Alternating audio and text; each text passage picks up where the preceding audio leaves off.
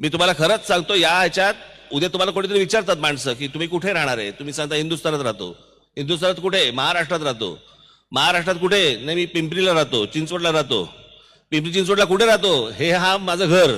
घर म्हणजे काय? तो जमिनीचा तुकडा.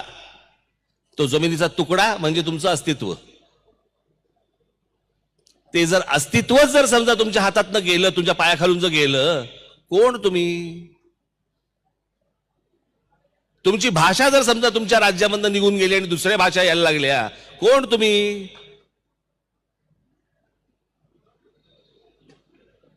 आपण जातीपातीमध्ये इतर गोष्टींमध्ये इतके मशगूल झालो की आपण आपलं आपलं स्वतःचं काय आहे हेच हरवून बसलो.